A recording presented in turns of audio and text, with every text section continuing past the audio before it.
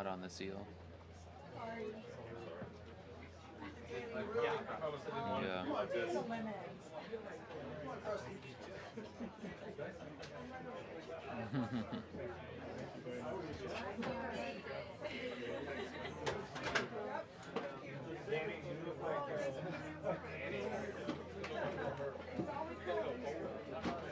Oh my gosh.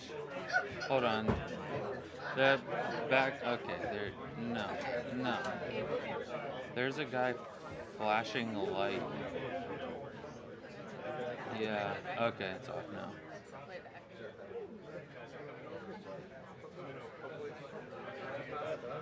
Good?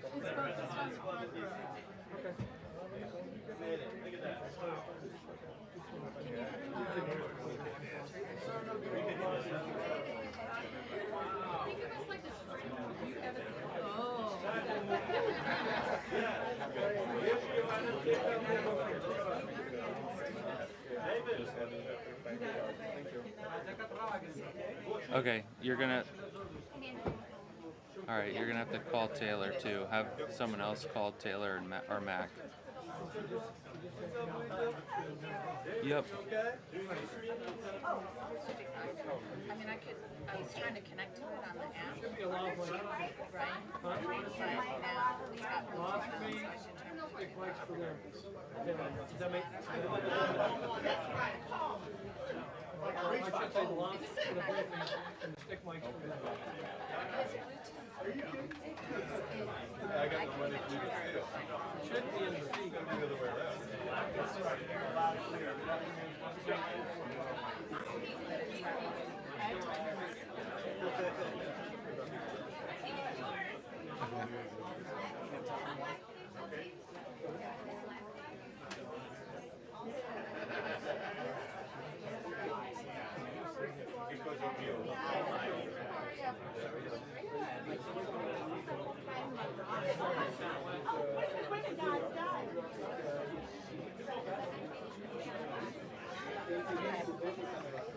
There's a bunch of people who just came in.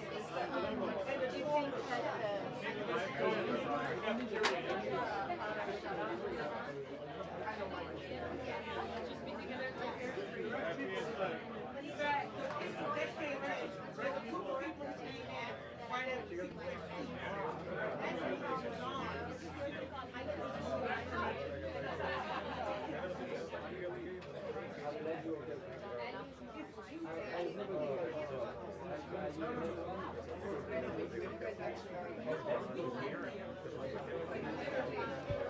Thank you.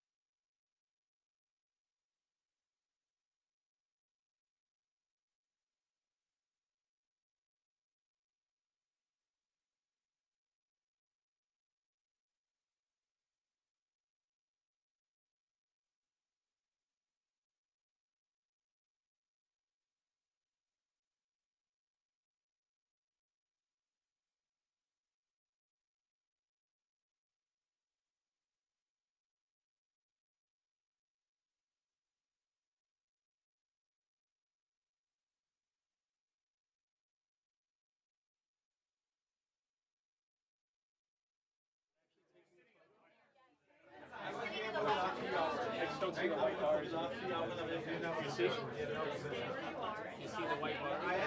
Yes, I do. Micah, he's right in front of me. I've been here for I have here from the office. I've been here He came in at 11 o'clock. And went over here, and then we pushed him out, and he sat in the front, crisscross applesauce. He needs to be moved to the back.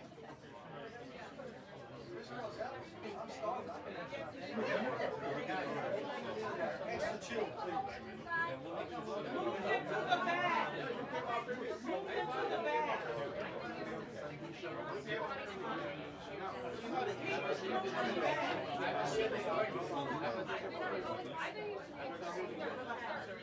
He needs to be moved to the back. He came here at 11 o'clock and then sat in front. He needs to be moved to the back. There are a lot of people who've been standing here since before 8 o'clock in the morning. You are not special. Get to the back.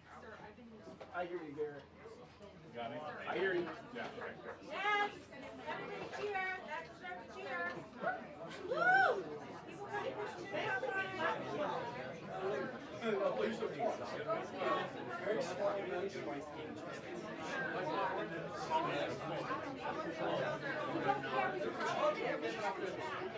That's what I was reading last time. Egypt.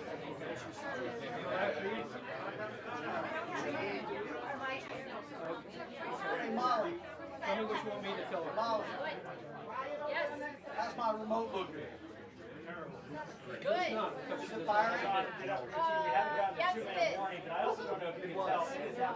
We just powered it off. Yeah, it's fine. Making great. I want to talk to you on the IFP.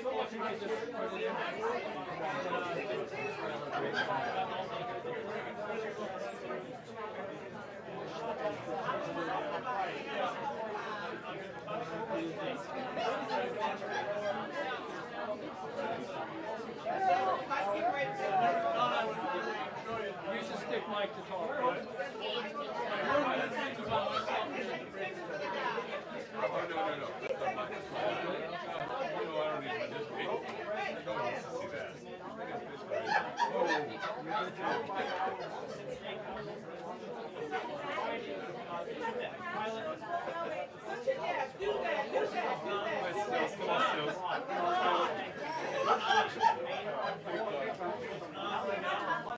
Shot a selfie, better check.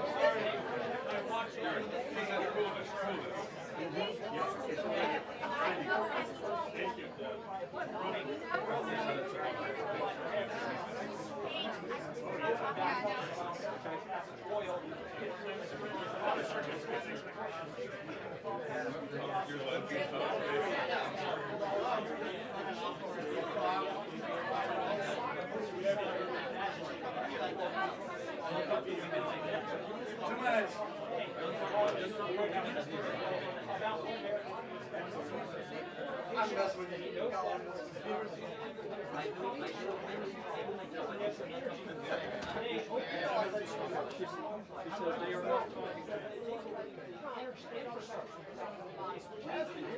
I saw her put it in her ears, and she picked up the stick with it.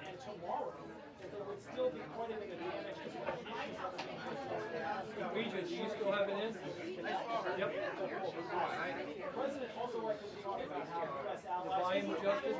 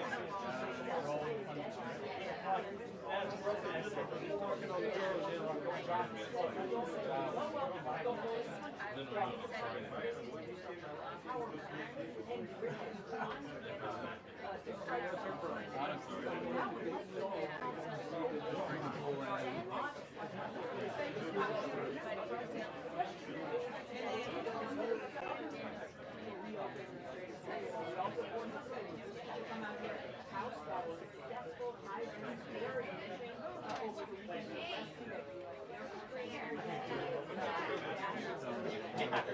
fighter jets were struck by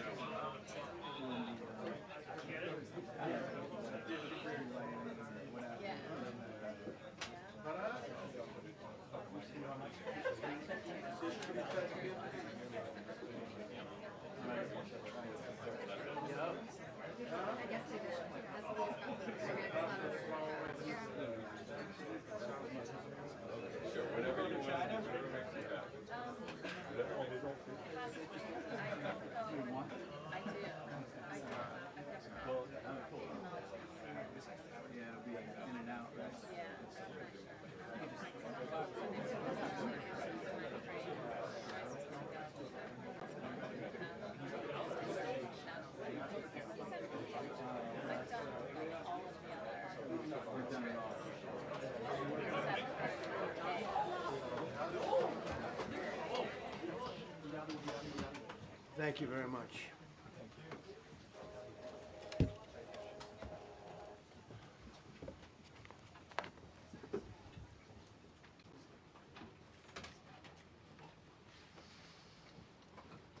It's a great honor to be with you, and happy Easter. We had a great Easter. This is one of our better Easters, I think, in a lot of different ways. I can say militarily, it's been one of the best. So, good afternoon. We have quite a bit to discuss. We'll go into pretty good detail. And we have the people that are most involved. We'll give you exactitude. And we're here today to celebrate the success of one of the largest, most complex, most harrowing combat searches. I guess you would call it a search and rescue mission ever attempted by the military. Generally, when planes are knocked down in war, especially when you're fighting a strong group, an evil group, you can't really do this because you send in 200 men to pick up one, and it's something that's usually not attempted as much as you want to attempt. and bad things happen to that one or two. And in this case, we did two, and it might not have been attempted before, but we did. And we had great talent, but we got a little luck too, I would say. And we were helped by a lot of people, a lot of great people. And it was an honor to be involved with it. It's very historic. This is a rescue that's very historic. It'll go down in the books. Late Thursday night, an American F-15 fighter jet went down deep inside enemy territory in Iran while participating in Operation Epic Fury, where we're doing unbelievably well, well at a level that nobody's ever seen before. The entire country can be taken out in one night, and that night might be tomorrow night. Both members of the crew ejected from the aircraft and landed alive on Iranian soil. I immediately was asked to make a decision. I ordered the U.S. Armed Forces to do whatever was necessary to bring our brave warriors back home. A risky decision, because we could have ended up with 100 dead as opposed to 1 or 2. It's a hard decision to make. But in the United States military, we leave no American behind. We don't do it. Within hours, our armed forces deployed 21 military aircraft into hostile airspace, many flying at very low altitude, being shot by bullets. You bring rifles into play when you're going that low, but there are also certain advantages. And in broad daylight over Iran for 7 hours, at times facing very, very heavy enemy fire. We have a helicopter that's got a lot of bullets in it. It's amazing. We just realized how good those weapons are. Our machines are. Nobody has the equipment that we have, and nobody has the military that we have. Not even close.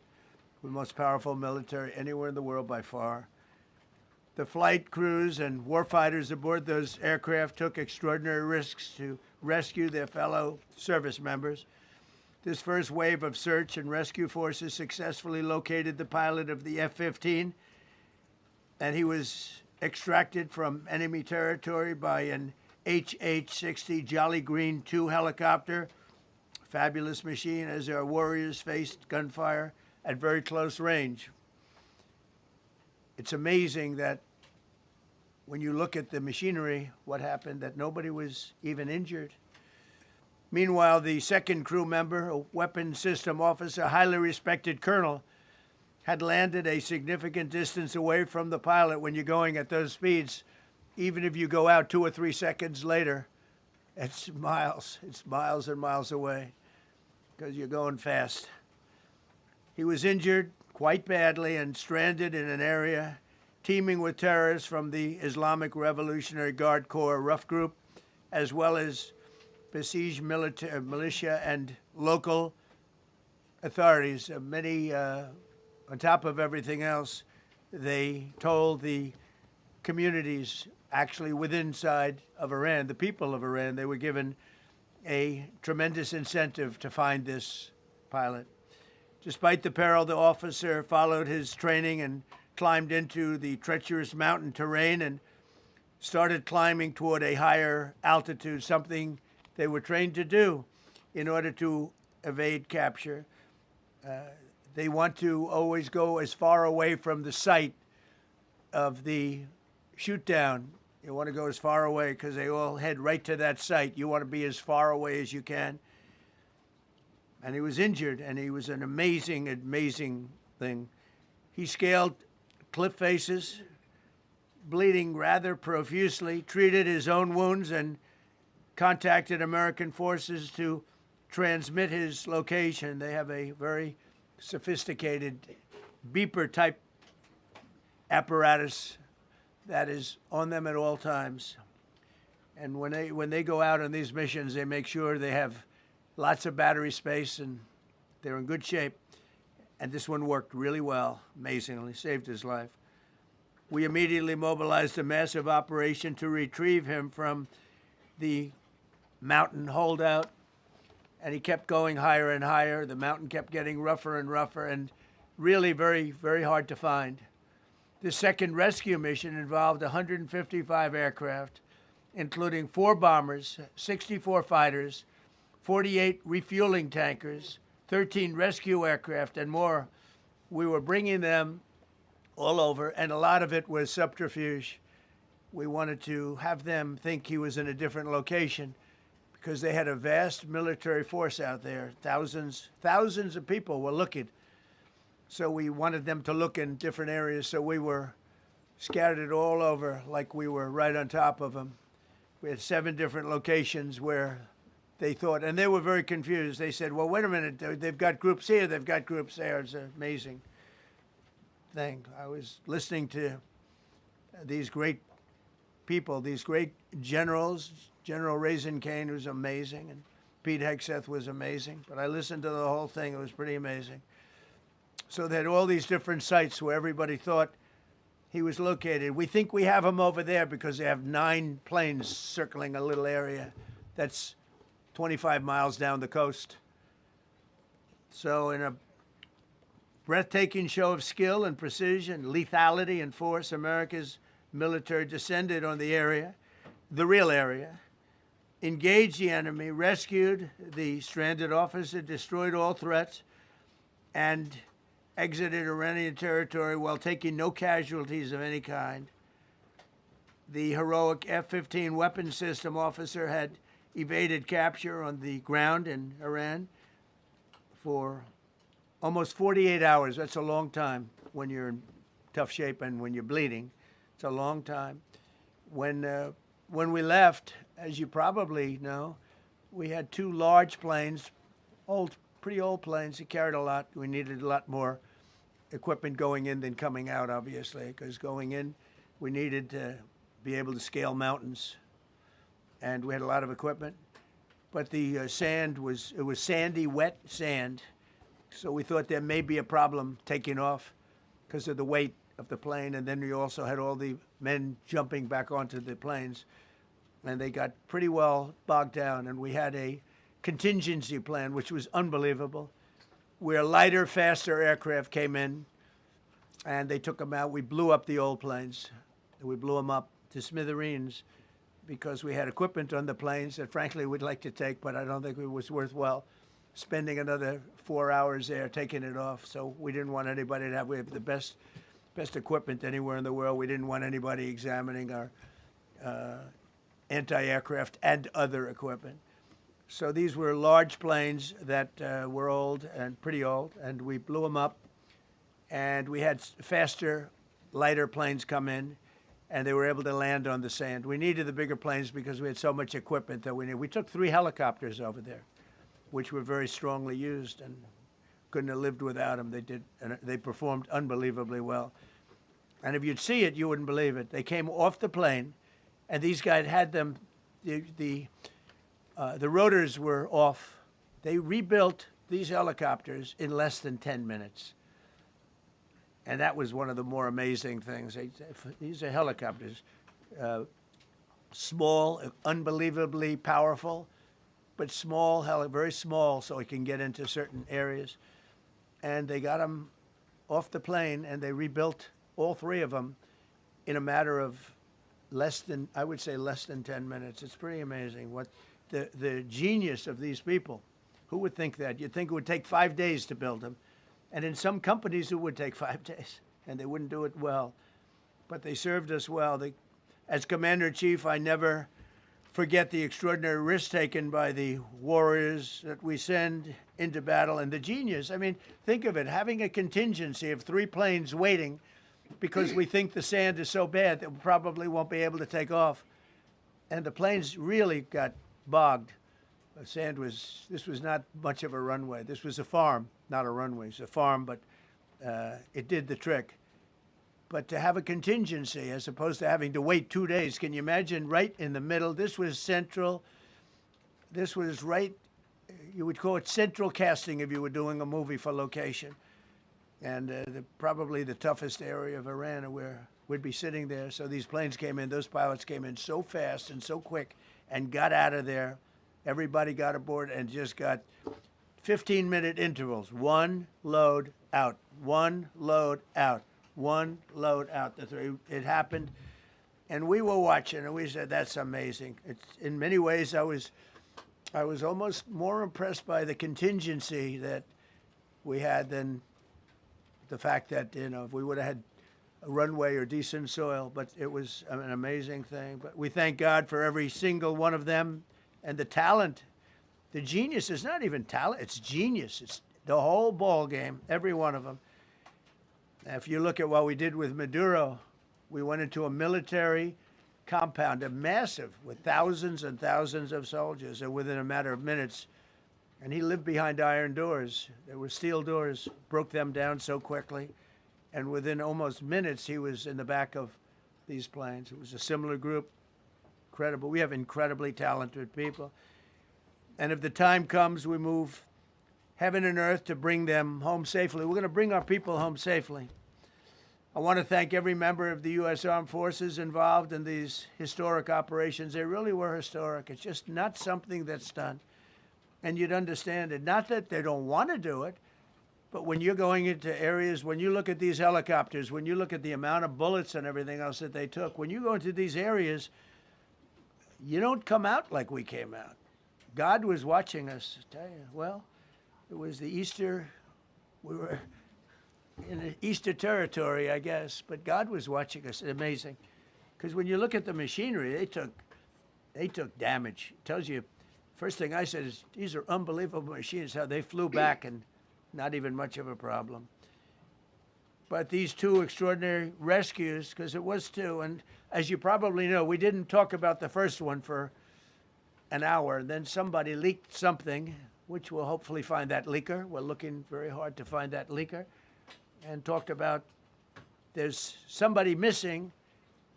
They basically said that we have one and there's somebody missing. Well, they didn't know there was somebody missing until this leaker gave the information. So whoever it was, we think we'll be able to find it out because we're going to go to the media company that released it, and we're going to say, national security, give it up or go to jail. And we know who, and you know who we're talking about. Because some things you can't do. Because when they did that, all of a sudden, the entire country of Iran knew that there was a pilot that was somewhere on their land that was fighting for his life. And it also made it much more difficult for the pilots and for the people going in to search for him. All of a sudden, they know that there's somebody out there. They see all these planes coming in. It became a much more difficult operation. Because a leaker leaked that we have one, we've rescued one, but there's another one out there that we're trying to get. So actually, the country, Iran, put out a major notice, you all saw it, offering a very big award for anybody that captures the pilot. So in addition to a hostile, very talented, very good, very evil military, we had millions of people trying to get an award. So when you add that to it, but we have to find that leaker because that's a sick person. Probably didn't realize the extent of how bad it was. I can't imagine that the person did, but we're going to find out. It's national security, and the person that did the story will go to jail if he doesn't say, and that doesn't last long, and I think everybody would understand it. They put this mission at great risk. They put that man at great risk, and they put the hundreds of people that went in looking for him, because everyone now knows that we're going in. Over the past 37 days, America's armed forces have carried out more than 10,000 combat flights over Iran, unheard of, striking more than 13,000 targets. The F-15 we lost last week was the first manned aircraft downed by the enemy in this entire operation with thousands and thousands of flights. They got lucky. It was a lucky hit. You know, eventually you get lucky. But we got lucky too because we got both of them back. But it's a record that is unparalleled in the history of military air operations. Nobody's ever seen anything like it. It's such an honor to be involved with it. We were up late at night, and then we were waiting for those contingent planes to come in, and we say, come on, let's go, get in, because they're waiting out on this farm without a runway, with wet crummy soil, sand, mostly sand, wet sand, and it eats planes alive. And we're waiting and we're saying, I hope that one can land and take off. And they came in like magic, boom, boom, boom, one after another. It was like genius. So impressed by that. Because we were a little concerned. We said, boy, if they don't get in and get up fast, we're sitting in them. And that's called Iran Prime, right, General? That's where the whole bet is. And here we are sitting there waiting for a plane. But they came in so fast and so hard, and these guys knew exactly what to do. Let's go, come on, get in, let's go, pwah. They came one right after another, not at the same time. They don't want to come at the same time. They had to come right after each other. They didn't have any room. There was barely any room to land. Tiny little patch of very wet earth and sand. So I'm so proud of the people that I have standing up here with me and many others that worked. I mean, so many. Steve Witkoff's over here. He's doing fantastically. Jared Kushner. But the people that are here, the job they did is amazing. And I think I'm going to introduce the head of the CIA, and he is a man he's central casting, okay? If we cast a movie, he's going to play the head of the CIA. He's one of the few. John Ratcliffe, he did a phenomenal job that night. He did something that I don't know if you want to talk about it. If you want, you can. I'm not sure he's supposed to. I'm not going to talk about it. But the CIA was very responsible for finding this little speck. It's like they used an expression on one of the shows. A general was talking about, it's like finding a needle in a haystack, finding this pilot. And the CIA was unbelievable. And you may, if you can, you'll talk. It might be classified, in which case I'd have to put him in jail if he talks about it. And I don't want to put him in jail. He doesn't deserve that. So, John, do you want to say a few words? Thank you. Thank you, Mr. President. It's a privilege to be here with you today to share what we can about this exceptional mission and to recognize the ingenuity and bravery of those who executed it, as well as the leadership and resolve of the President who ordered it. One thing that has been clear to me in this role is that the flawless military operations that the Department of War is known for are hostage to flawless intelligence. We saw that in the skies over Iran in Operation Midnight Hammer last summer. We witnessed it in Venezuela during Operation Absolute Resolve. We've seen it against the cartels in the Western Hemisphere, and we're seeing it every day in Operation Epic Fury, including this mission to rescue an aviator buried deep behind enemy lines. Because it is the unique tradition of the U.S. Armed Forces that we leave no man or woman behind, this was a no-fail mission. That was the spirit in which the President put us to work, and we were determined not to let him down or our airmen down. As an agency, the CIA possesses unique capabilities that only the President can deploy. Some of these capabilities fall under covert action authorities. And because covert means exactly that, I'm not going to be able to tell you everything that you want to know. At the President's direction, we deployed both human assets and exquisite technologies that no other intelligence service in the world possesses to a daunting challenge, comparable to hunting for a single grain of sand in the middle of a desert. This was also a race against the clock, as it was critical that we locate the downed aviator as quickly as possible, while at the same time keeping our enemies misdirected. For that reason, in addition to the human and technical assets deployed by the President to find our airmen, CIA executed a deception campaign to confuse the Iranians who were desperately hunting for our airmen. On Saturday morning, we achieved our primary objective by finding and providing confirmation that one of America's best and bravest was alive and concealed in a mountain crevice, still invisible to the enemy, but not to the CIA. That confirmation was relayed by Secretary Hegseth to the President, and the operation quickly moved to the execution phase. Following the successful exfiltration on Saturday night, our intelligence reflects that the Iranians were embarrassed and ultimately humiliated by the success of this audacious rescue mission. When the president asked me to lead the CIA, he made it clear: get back to basics, no politics, no agendas, tackle the hardest problems, and execute the toughest missions. This president is about results, and now that's what his CIA is about too. The professionals at the agency and at the Department of War deserve immense credit for their flawless execution during this daring mission. Their skill, creativity, and courage are unmatched on the battlefield wherever they step. But none of that matters, and all of that is wasted without a president with the political courage to put them into action.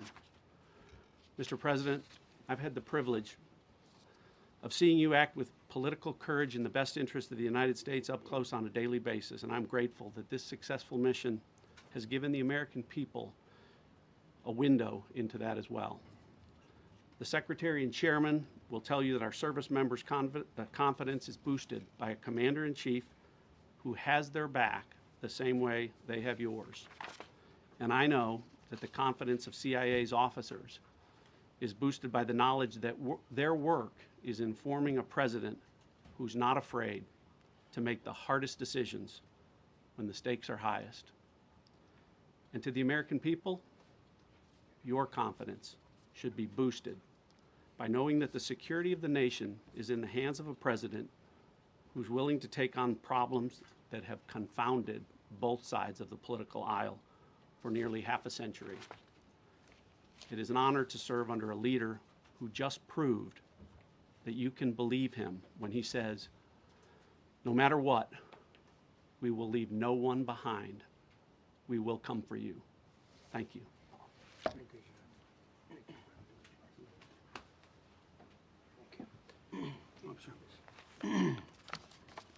Well, John, thank you for the collaboration with the CIA as well. Incredible and ongoing partnership. Ladies and gentlemen, fellow Americans, and especially the brave warriors in our armed forces, over this Easter weekend, the United States military has once again proved why we possess the greatest fighting force the world has ever known. In two extraordinary combat search and rescue operations deep inside enemy territory in Iran, our warriors executed missions of breathtaking skill, courage, and precision. When our warriors are unleashed, as this president has allowed them to be, they are unstoppable. When American airmen were down behind enemy lines, our forces and our president did not hesitate. Special operators supported by elite air crews and intelligence professionals moved swiftly and decisively into treacherous mountain terrain under the constant threat of Iranian forces closing in. Ultimately, it was an impotent Iranian threat. And today, as the CIA director mentioned, Iran's military, and we know this, is embarrassed and humiliated, and they should be. Now, these are not routine operations. They were high-risk, high-stakes missions conducted in the heart of enemy territory. This was not just barely into Iran, this was deep into Iran, involving coordinated strikes to suppress threats, deception tactics to protect our teams, and full synchronization across air, ground, and special operations. The Iranians are still asking themselves right now, how did the Americans do this? One downed airman evaded capture for more than a day, scaling rugged ridges while hunted by the enemy. When he was finally able to activate his emergency transponder, his first message was simple, and it was powerful. He sent a message: God is good. In that moment of isolation and danger, his faith and fighting spirit shone through. You see, shot down on a Friday, Good Friday, hidden in a cave, a crevice, all of Saturday, and rescued on Sunday. Flown out of Iran as the sun was rising on Easter Sunday. A pilot reborn, all home and accounted for, a nation rejoicing. God is good. Despite incoming fire and unforgiving conditions, our troops brought every American home. No American lives were lost. We leave no man behind, and that is not luck. It's the result of unmatched training, superior technology, an unbreakable warrior ethos, and sheer American grit. Our special operators, pilots, and support crews performed with near perfection under fire, and they were lethal. Just ask any Iranian soldier who dared attempt to get anywhere near that pilot before or during that mission. Death from above. Our troops turned a potential tragedy into a resounding demonstration of American resolve and capability. That's what excellence in uniform looks like. But make no mistake about it. None of this would have been possible without the courageous leadership and ironclad determination of President Donald J. Trump. From the moment our airmen went down, President Trump made it clear we will leave no one behind. The first mission, the first of two, was an audacious daylight thunder run right up the middle. It was authorized in less than 2 hours from that pilot going down when we knew where he was. And it was authorized in the middle of the night, because anybody that's worked for this man knows he's up in the middle of the night. Authorized immediately, without hesitation, audaciously. The second mission, as soon as we knew where that pilot was, and John was certainly helpful in that, also executed immediately. You know, I looked up at my screen when the final mission was complete inside our SCIF, our secure facility. And we have a running VTC, a running coordination cell. And the top of it read 45 hours and 56 minutes. For 45 hours and 56 minutes, we held that call open for coordination. From the moment our pilots went down, our mission was unblinking. The call never dropped, the meeting never stopped, the planning never ceased. The president demanded rapid, decisive action. He backed our military with the full weight of his resolve, refusing to let enemy propaganda or tactical setbacks deter us. His leadership ensured that every lethal and non-lethal resource was brought to bear, that our forces had the authorities and the support they needed to succeed. When the president says he has the backs of our warfighters, he means it. And it means a great deal, and it's a big difference on the battlefield. President Trump understands that peace through strength is not a slogan. It is a doctrine that saves American lives.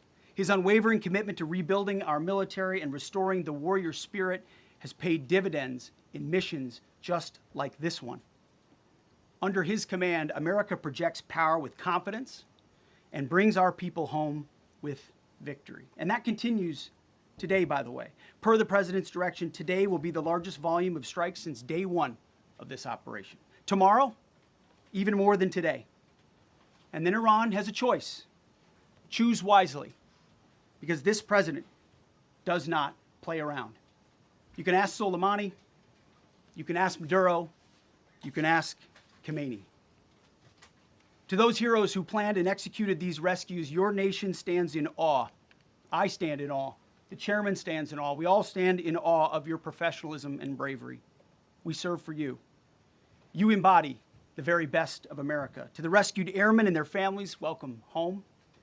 Your courage and endurance, the quiet declaration of faith amid the storm, inspires us all. God is good every day. And to our adversaries watching from Tehran, let this be a clear message. The United States military will go anywhere, at any time, to protect our own and complete the mission. We execute with precision. We control the skies. You see, we flew for 7 hours in daylight over Iran to get the first pilot. And we flew 7 hours in the middle of the night to get the second. And Iran did nothing about it. We fight with honor, and under President Trump's leadership, we win. So God bless our troops, God bless President Trump, and God bless the United States of America. Thank you. Well, good afternoon, everyone. Thank you, Mr. President. Thank you, Mr. Secretary. A note before I start, I know many of you want specific details in these briefings. We will share what we can, but I will retain what I must in the event that we have to go do this again sometime. And I cannot stress the importance, as the President said, around operational security. The Secretary and I will do a more detailed briefing tomorrow morning, and we look forward to sharing the details that we can. On Thursday, 2 April at 10:10 p.m. Eastern Time, 4:40 in the morning, local Iran time, the Joint Personnel Recovery Center, which handles the Central Command area of responsibility, declared an isolated personnel recovery event for a U.S. Air Force F-15E Strike Eagle, call sign Dude 44, which was down in hostile Iranian territory. The pilot and weapons system officer had both safely ejected and were isolated behind enemy lines. Following confirmation of active rescue beacons and on the direction of the Secretary and by order of the President, a rescue operation was launched with the stated purpose of bringing both Americans home safely. As the Secretary said, several hours later on the morning after positively locating the front seater, call sign Dude 44 Alpha, and aware of an aggressive ongoing search by the enemy, a U.S. Central Command plan was approved by the Secretary and the President. Shortly thereafter, a U.S. Air Force Combat Search and Rescue Task Force comprised of A-10 Warthogs in their Sandy role, and I'll describe what that is in a minute, HC-130 Combat King IIs, HH-60 Jolly Green II helicopters, and Air Force Special Warfare Airmen, a package comprised of combat rescue officers and pararescueman operators, audaciously penetrated enemy territory in broad daylight to find, fix, and recover Dude 44 Alpha from behind enemy lines. This was an incredibly dangerous mission, an incredibly dangerous undertaking, but a filled promise made to every American warfighter that you will not be left behind. We will always come find you, and we will always bring you home. Over the next hours, the Search and Rescue Task Force crossed the beach, entered into Iranian airspace, protected by a fighter strike package, and moved into the objective area, all under fire.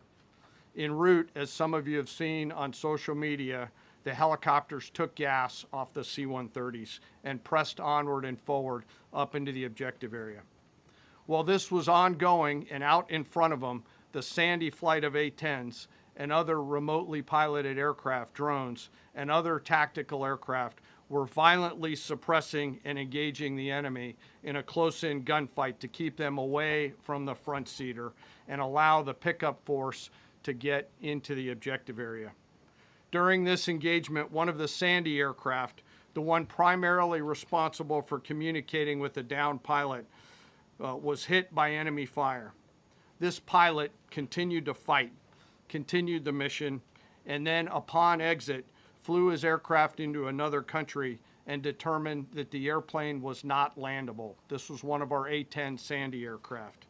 The pilot then made the decision to eject over friendly territory and was quickly and safely recovered and is doing fine.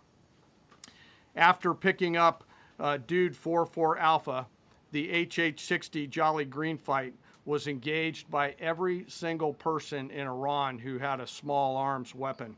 And one of the aircraft, the trailing aircraft, took several hits. The crew sustained minor injury, and they are going to be fine.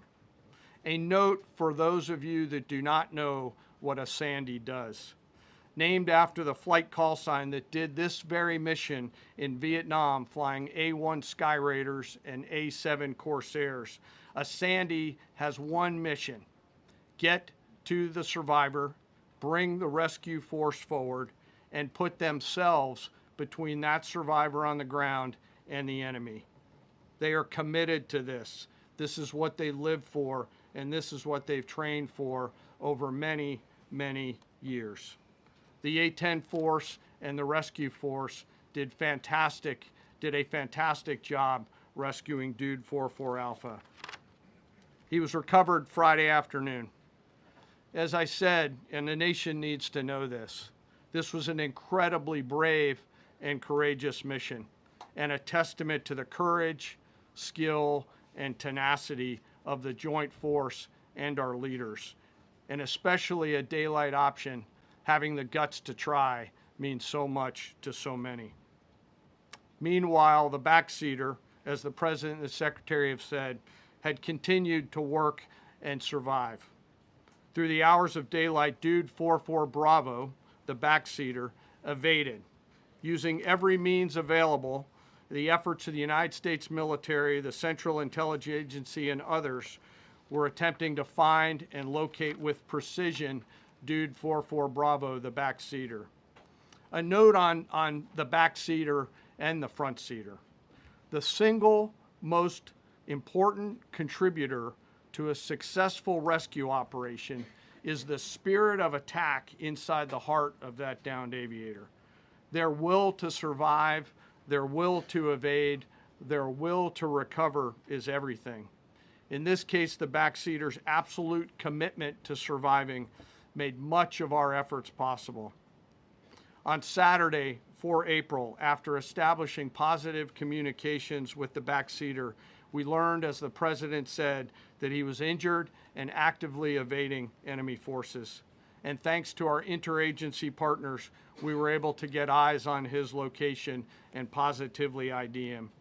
Throughout this entire time, the enemy force continued to search for 44 Bravo, and the joint force continued to strike them over and over and over again. Fighting off marginal weather in Iran and the enemy's search for a second time on Saturday, at the recommendation of the CENTCOM commander and at the approval of the Secretary and the President, we launched a rescue task force to recover Dude 44 Bravo.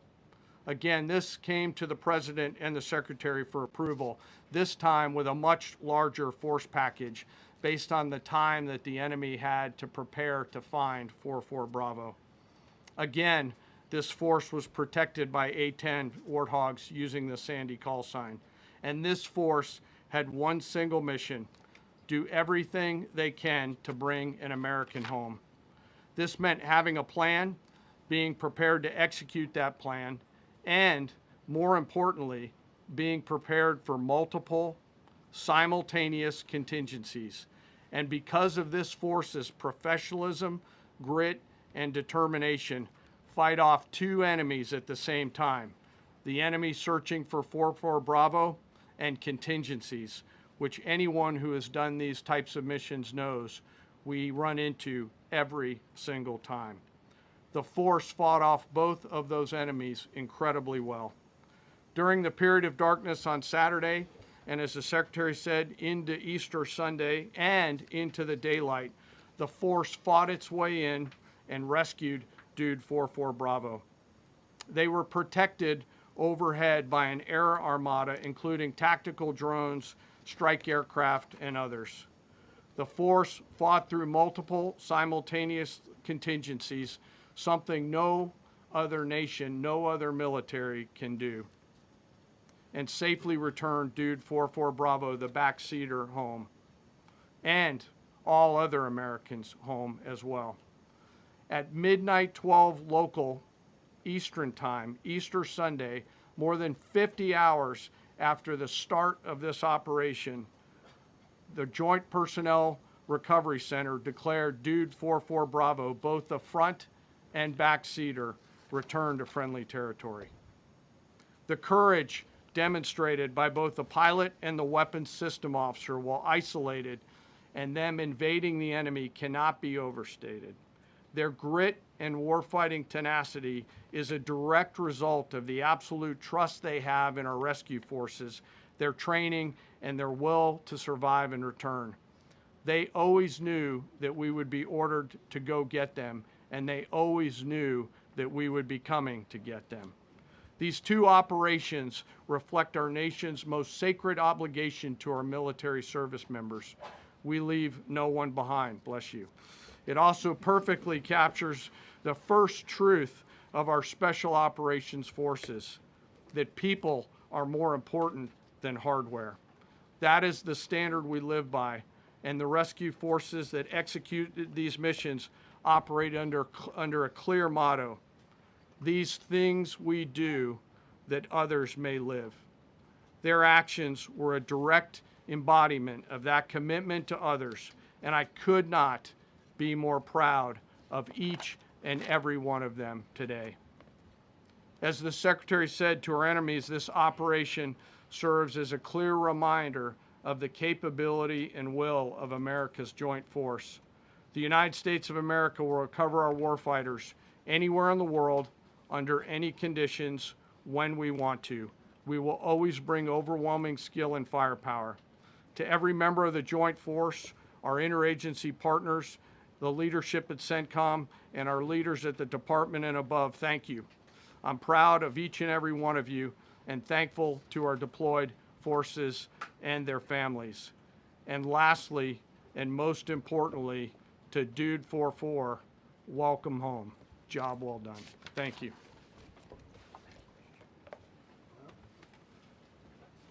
Pretty amazing, pretty amazing.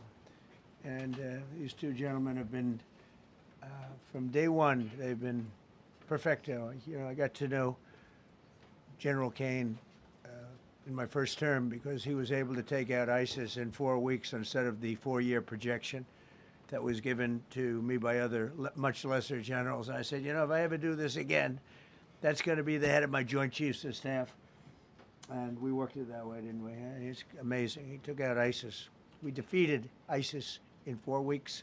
I was told it would take 4 years. I flew to Iraq to find out with the greatest equipment in the world, why would it take 4 years? And he told me, sir, it won't. It'll take 4 weeks and you'll have time left over. And that's exactly what happened. So he's great. And Pete, all I can say is that he was treated very unfairly. And now those same people that treated him unfairly, that fought against him, they called me up saying, what a great choice he was. They said, well, what happened during his nomination? What happened to you? I'm telling you, people that were not for him, senators, friends of mine, sir, I don't think you're doing the right thing. Now they're calling me up. What a choice. These two guys are fantastic. And John Ratcliffe was incredible. It was actually their genius that called us from, he was 40 miles away. And he said, you know, we're seeing something moving up in the mountain. This is at night. And they kept the camera on him for 45 minutes. He wasn't moving. And they said, you know, probably wrong, but we're seeing something moving. This is a vast mountain, vast, thick, with bushes, trees. He said, we see something moving 40 miles away. It was the head of a human being, I'm telling you, it's moving. And then all of a sudden, 45 minutes later, he moved a lot. Stood up. And they said, we have him. And that was really the beginning of something incredible. We had an idea where he was, but not specifically. And it's a big mountain.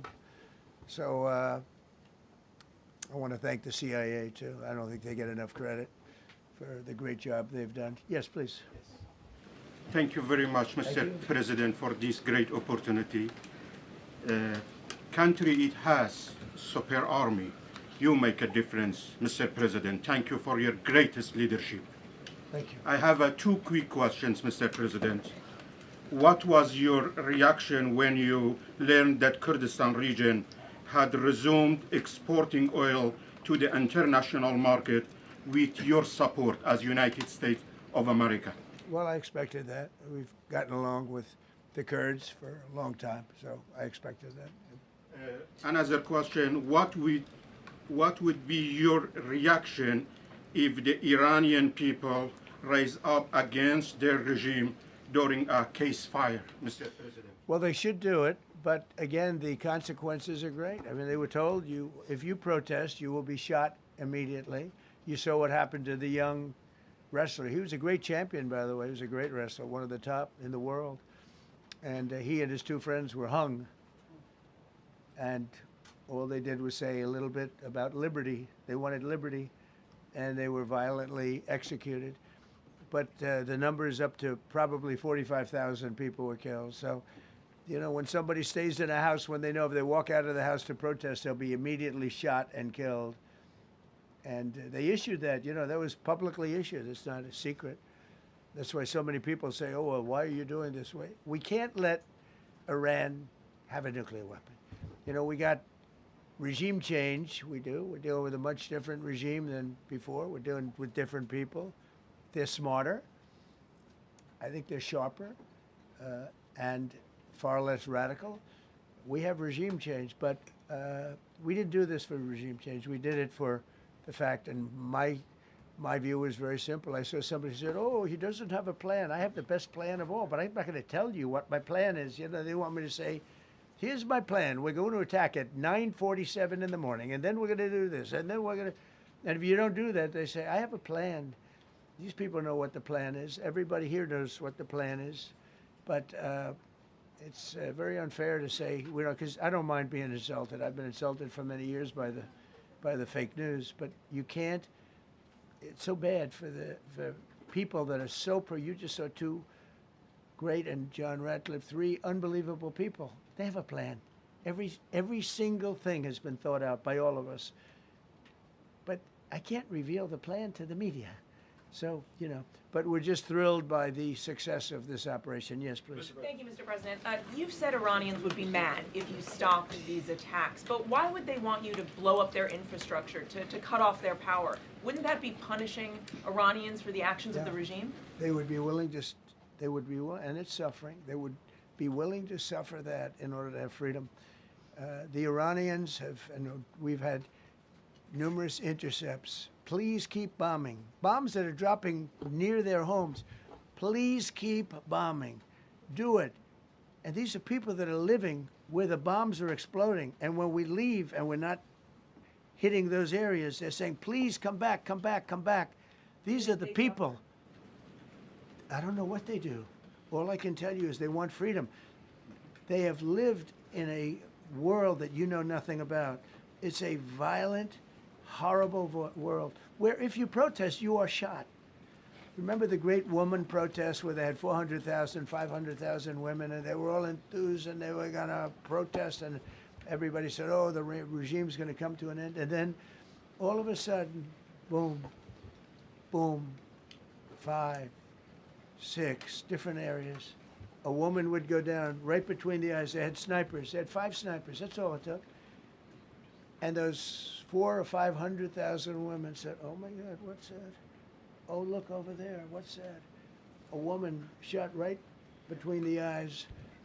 And after 5 or 6 of them go down, then you start hearing the purr through the vast number of people. And then they said, oh my God, who would do that?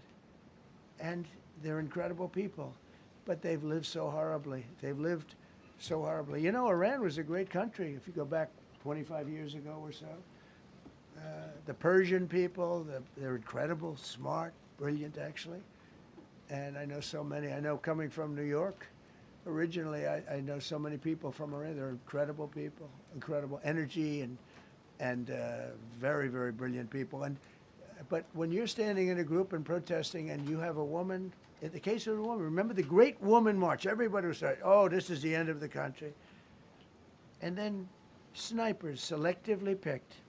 Every single one was shot right between the eyes from a long distance. They were on top of buildings. Nobody even knew where they were, where they're coming from. This wasn't like a machine gun, which is also very bad. They've done that too. They did that recently. This was snipers sitting on the top of buildings, aiming and hitting women. And when they see people go down, and all of a sudden there's a riot in the reverse direction, and they never came out again. And a lot of the news doesn't talk about that. They talk about, oh, women's rights. You want to see women's rights? You're not going to see it there. It's amazing when I see some of the stupid people like, you know, AOC +3, all that group. They talk about, oh, freedom for Iran. They don't tell you the real facts. Women, men, gays. How about gays for Iran? They kill the gays. They throw them off buildings. So I wonder what's going on. I can only say this.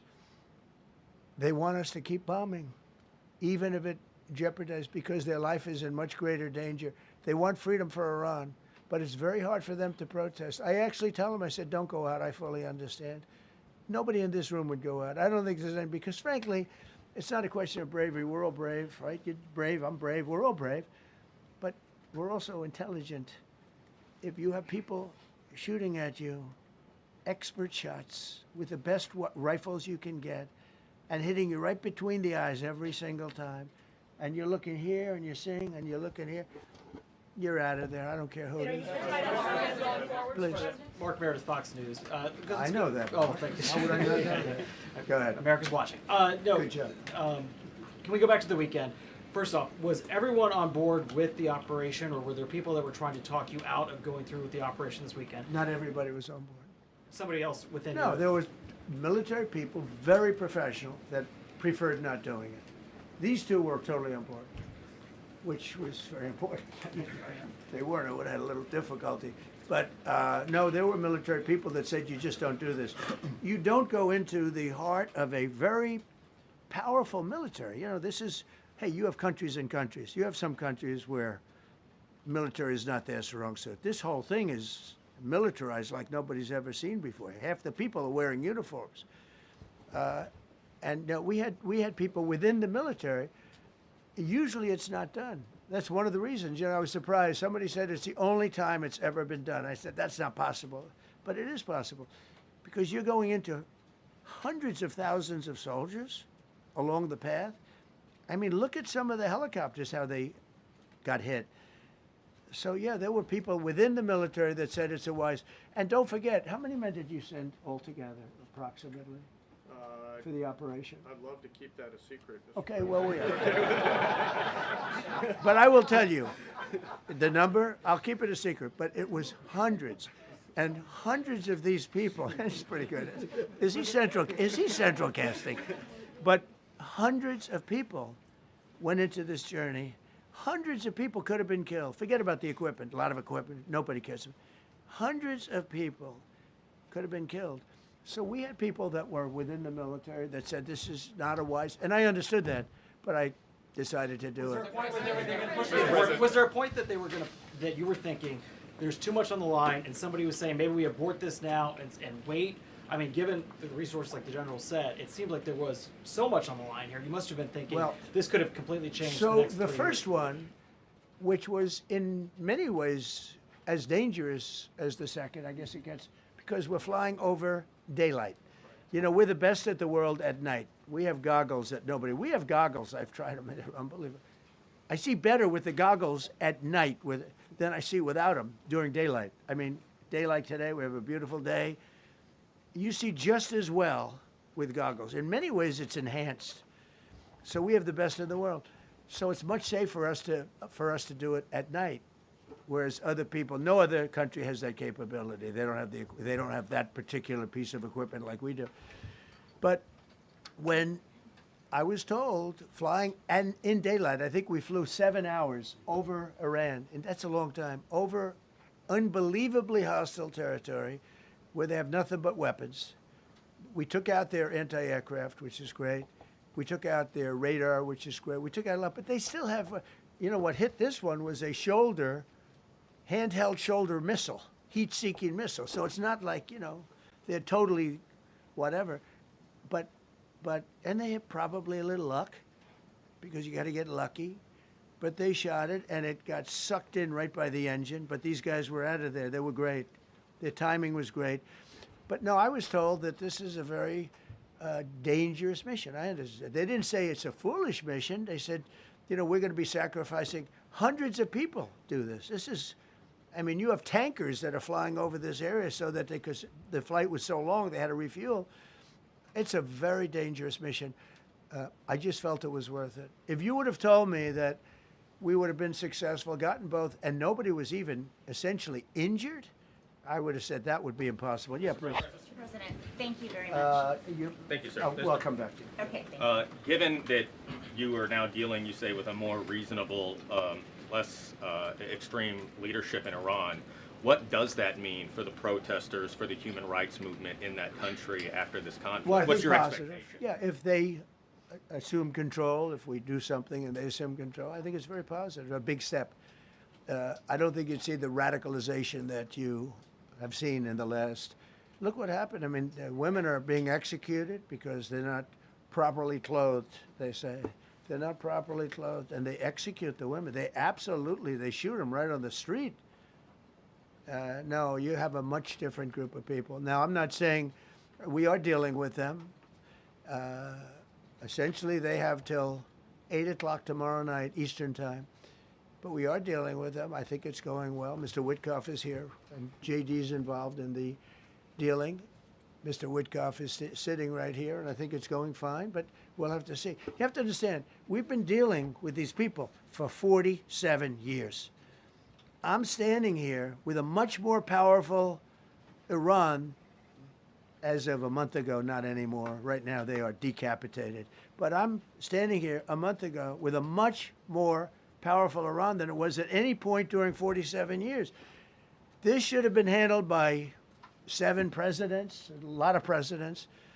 And those presidents are saying now, every one of them to their friends, we should have done this a long time ago.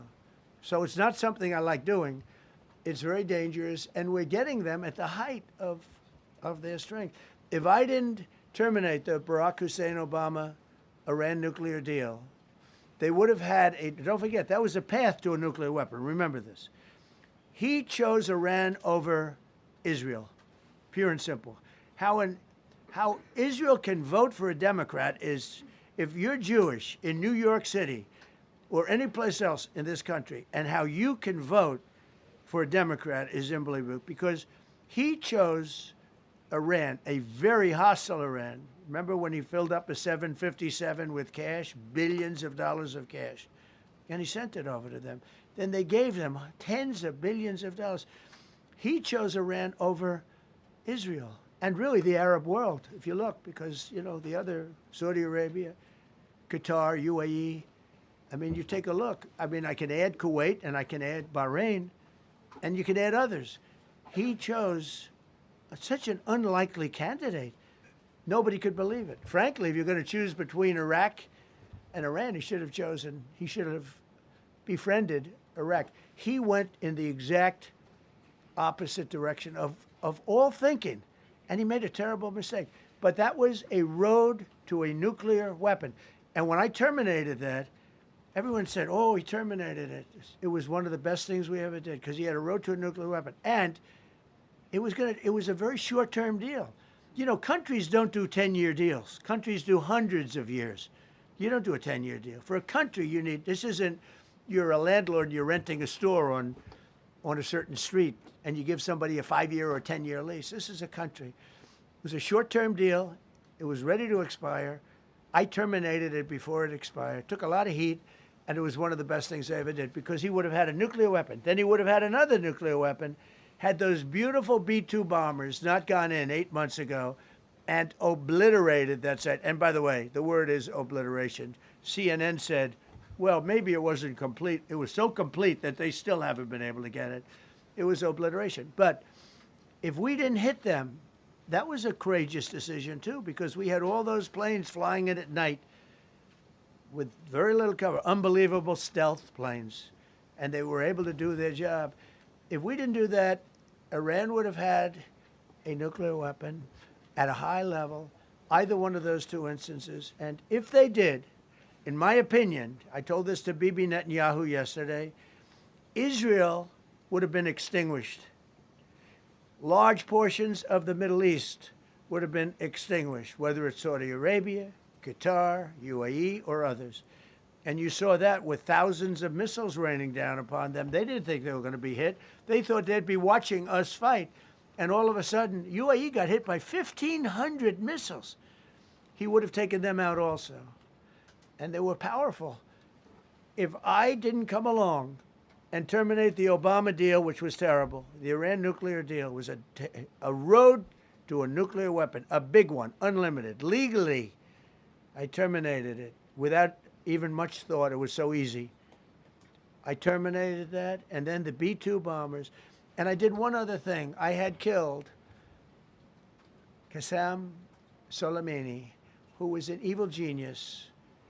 And the reason I did it, I heard he was going to knock out 5 of our military bases. And had he lived, I believe we would be fighting perhaps a different Iran right now, because he's never been replaced, you know. And I did one other, but this one was not picked up. Osama bin Laden. If you read my book, I said you got to take him out 1 year before the World Trade Center came down. So I wish you'd read the book. But you, as a president, to be a good president, I believe you have to have good instincts. And a lot of this is instinct. Yeah, please. Thank you so much for taking my question, Mr. President. Yeah, go ahead, please. Last week you suggested that Europe should take the lead on reopening the Strait of Hormuz. Has circumstances changed now that you're issuing a direct 48-hour ultimatum? And secondly, would a new ceasefire include Israel, or would it just be between Iran and the US? I can't talk about ceasefire, but I can tell you that we have a active, willing participant on the other side. They would like to be able to make a deal. I can't say any more than that, but they'd like to do it. You've listed the goals. Excuse me. Please, go ahead. You've listed the goals. Who you with? Who you with? My name is Dia Kurd. I'm with the largest Kurdish media outlet, Ruda Media Network. It's based in Iran. Go ahead. Mr. President, you said before that you don't want the Kurdish forces to enter Iran and be harmed. Do you still want them to stay away? Or what role do you expect them to play now? I'd rather have them stay away. And then, I'd rather have them stay away because I think they bring with them some problems and some difficulties. And I don't think they bring death, I mean, you know, to themselves. But I'd rather have them stay away. Go ahead. Thank you, Mr. President, for the question. Deliberate attacks on civilian infrastructure violate the Geneva Conventions and international law. Who are you with? I'm with the New York Times. Zolan from the New York Times. Are you failing? Are you concerned? Circulation way down at the New York Times. Are What's you going concerned on that your threat to bomb power plants and bridges amount to No, war not crimes? at all. No, I'm not. I hope I don't have to do it. But again, I just said 47 years they've been negotiating with these people. They're great negotiators. And because they're not going to have a nuclear weapon. And if somebody that takes my place someday is weak and ineffective, which possibly that will happen because we had numerous presidents that were weak, ineffective, and afraid of Iran, we're never going to let Iran have a nuclear weapon. And if you think it's okay for people that are sick of mind, that are tough, smart, and sick, really sick, you know, from a policy standpoint, from a any which way you want to say, mentally, these are disturbed people. If you think I'm going to allow them, and powerful and rich, to have a nuclear weapon, you can tell your friends at the New York Times, not going to happen. It means violating international law. Quiet. You no longer have credibility at the New York Times. Because the New York Times said, oh, Trump won't win the election, and I won in a landslide. I won every swing state. New York Times said, oh, Trump won't win the election. New York Times has no credibility. The credibility they have is it used to be all the news that's fit to print. The old gray lady, it was great, but they're running on past fumes, and you can't keep doing that. You have to be able to give the correct news. And people like you, who I know, are fake. You're fake. Go ahead, please. Your messaging on the war has moved from the war is coming to an end to war going to be bombing Iran to the Stone Ages. Right. And we've heard a range of those kind of messages. So which is it? Are you winding this down? Can't tell you. Or are you escalating I can't tell you. I don't know. I can't tell you. Depends what they do. This is a critical period. They have a period of, well, till tomorrow at 8 o'clock. I gave them an extension. They asked for an extension of 7 days, right? I said, Steve, give them 10 days. 10 days is up actually today, so I gave them 11, I guess, indirectly. I thought it was inappropriate the day after Easter. I want to be a nice person. They have till tomorrow. Now, we'll see what happens. I can tell you they're negotiating, we think, in good faith. We're going to find out. We're getting the help of some incredible countries that want this to be ended because it affects them also. A lot of people are affected by this, but we're giving them till tomorrow, 8 o'clock Eastern time, and after that, they're going to have no bridges, they're going to have no power plants. Stone Ages, yeah, Stone Ages. CNN fake news. Are you willing to make a deal that does not include reopening the Strait of Hormuz, or is that now a top priority? I would say it's a very big priority because, see, that's one thing that's a little different than other things. We can bomb the hell out of them. We can knock them out for a loop. But to close the strait, all you need is one terrorist that somehow has a truck loaded with, because you can carry them in trucks, large trucks, a water mine, drop them in the water, and now you tell people that own ships that cost $1 billion to don't worry about the mine.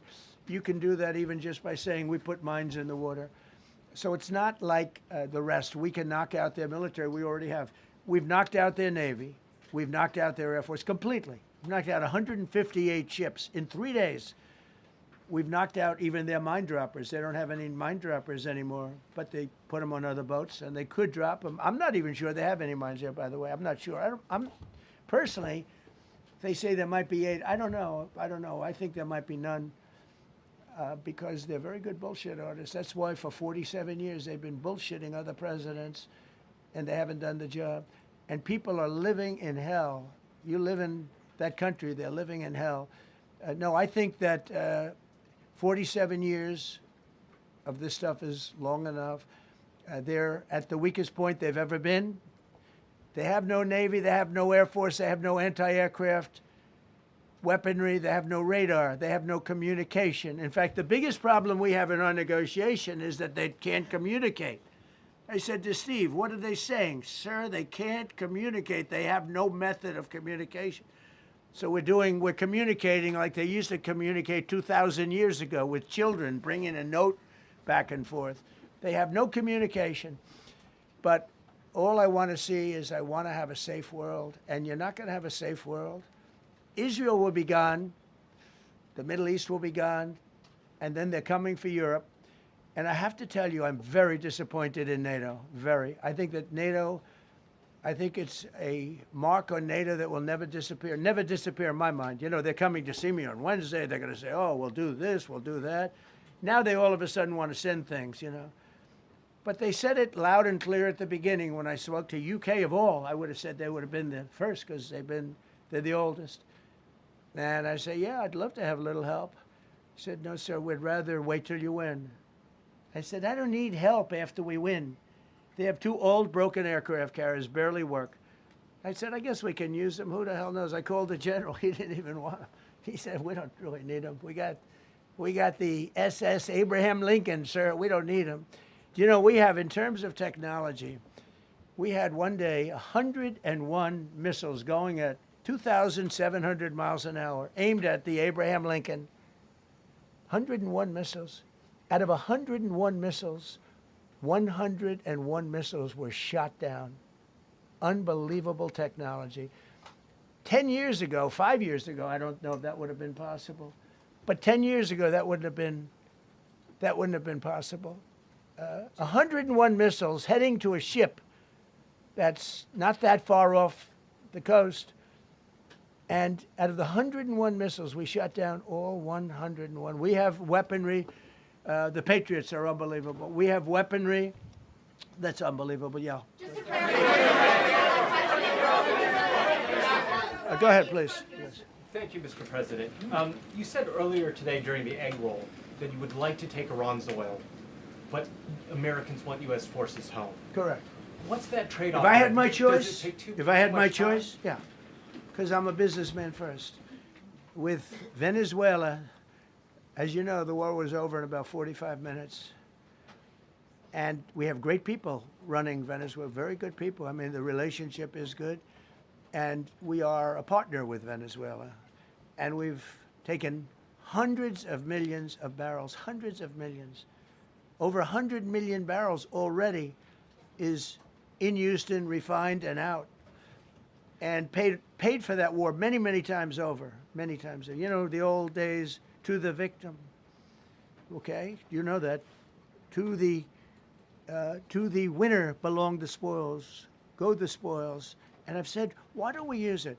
To the victor, go the spoils. And we don't have that. We haven't had that in this country probably in 100 years, because even the Second World War, you look at the Second World War, We didn't have it with the Second World. We helped rebuild all those countries. We rebuilt Germany. How about Germany telling us that, well, it's not their war. We had nothing to do with it. They wanted me to go and tell them everything I was doing. We didn't know anything about it. Well, if I would have told them, they would have leaked it, and we wouldn't have been nearly as successful, possibly, right? But to the victor belong the spoils. So we haven't heard that in, I think, maybe hundreds of years. Now with Venezuela, and we, just so you understand, the people of Venezuela, they say if I ran for president of Venezuela, I'm polling higher than anybody has ever polled in Venezuela. So after I'm finished with this, I can go to Venezuela. I will quickly learn Spanish. It won't take too long. I'm good at language. And I will go to Venezuela. I'm going to run for president. But we're very happy with the president-elect that we have right now, the people that are running it. If you remember Bush with Iraq, they fired the generals, they fired the police, they fired the people that worked in their equivalent of the White House. They fired everybody. And you know what they had? They had a mess. And you know what happened? ISIS formed. Those generals and those soldiers got together. The police got together. They all got together. They formed ISIS. Not going to happen with us. So Venezuela has been an incredible, it's been an incredible situation. We went in. We were very successful. Military power like nobody's ever seen. The general, Venezuelan general said, I was on that site. I said, I've never seen ferocity like that. I've been doing this for 40 years. He said, I've never seen it. They hit us from 17 different, they were all set. They saw that big, beautiful aircraft carrier, the Ford in that case, and planes were pouring off it at 1 o'clock in the morning. So typically when you see that late at night, you know you could be in trouble, right? And we were all ready. They had their equipment. It was Russian. And they had Chinese equipment. It was all set. They were going to give us a fight.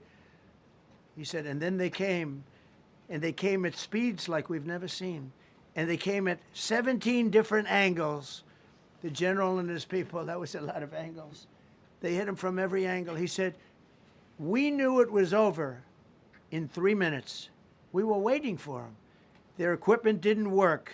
And there's a reason it didn't work. Someday we'll explain that to people. They pressed the button, nothing happened.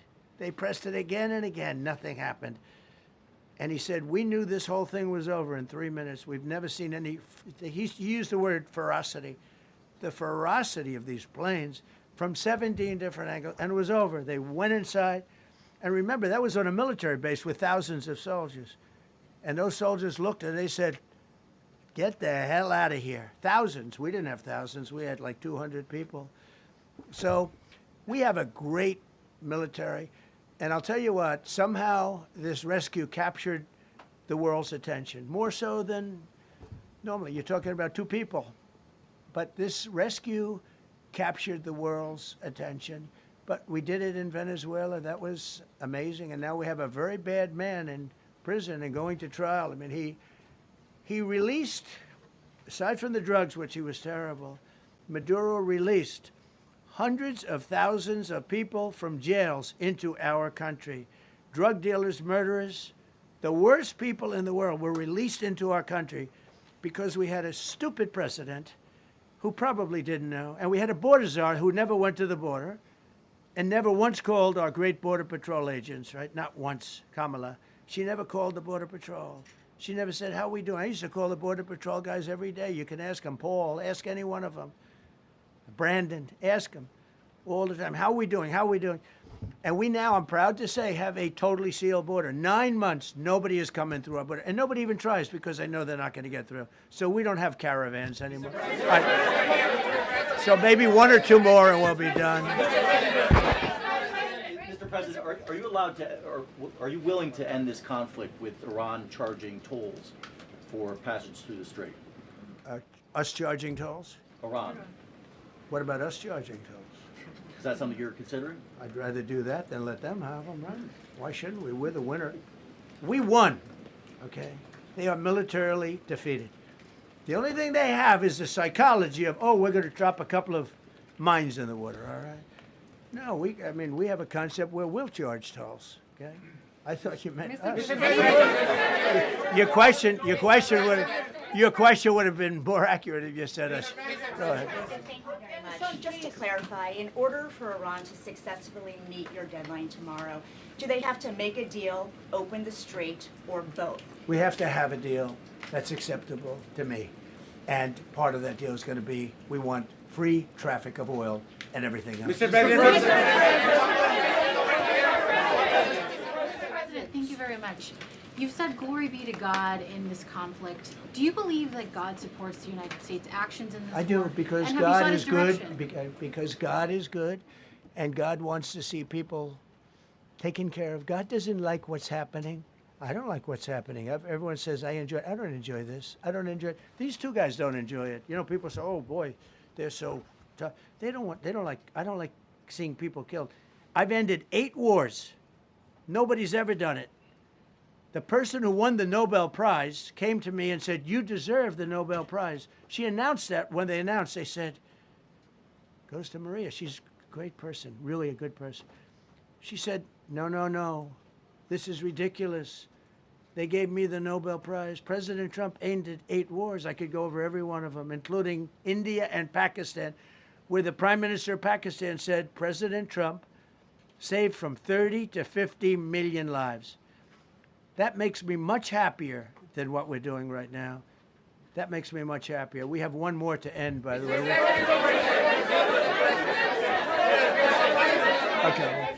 President, you called yesterday in your Truth Social, you called the Iranians crazy bastards. True. What is your response to critics who say that I don't care about critics. What is your response to critics who say that it is your mental health that should perhaps be examined as this war continues? I haven't heard that. But if that's the case, you're going to have more people like me, because our country was being ripped off on trade, on everything, for many years until I came along. So if that's the case, you're going to have more people. Dasha, go ahead. Dasha, go. You said that very little is off limits in Iran as far as targeting, Yeah. including power plants, bridges, you've mentioned those. Very little is off limits. Are there certain kinds of civilian targets, though? I'm thinking schools I don't want or to tell you hospitals that. you I don't want would to say tell is you off- that.